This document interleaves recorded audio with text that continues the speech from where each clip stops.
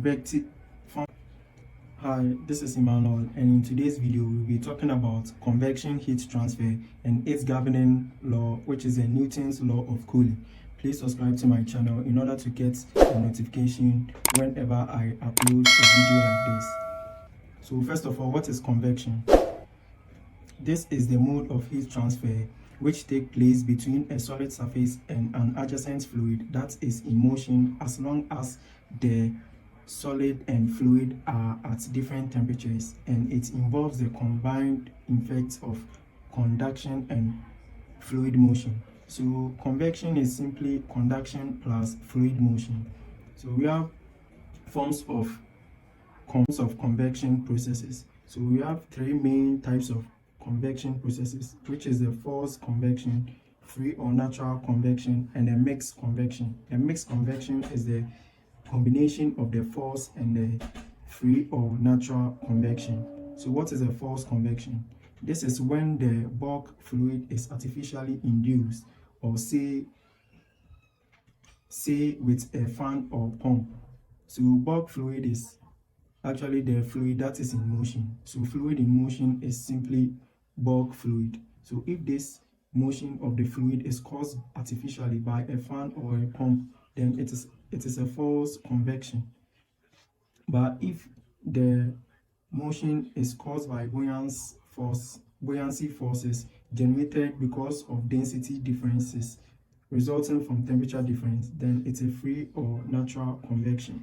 Then we also have another form of convection, which is boiling, and also another one is condensation. So we move to the governing law of convection heat transfer, which is the Newton's law of cooling. So the Newton law of cooling states that the rate of heat loss of a body is directly proportional to the temperature difference between the body and its environment. So there is a formula for it.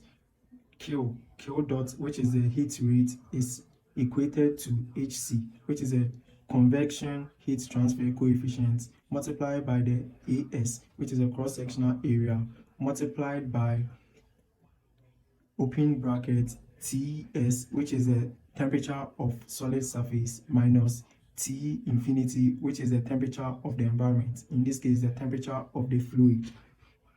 So the HC, which is a convection heat transfer coefficient, depends on these four factors. Firstly, it depends on the surface geometry.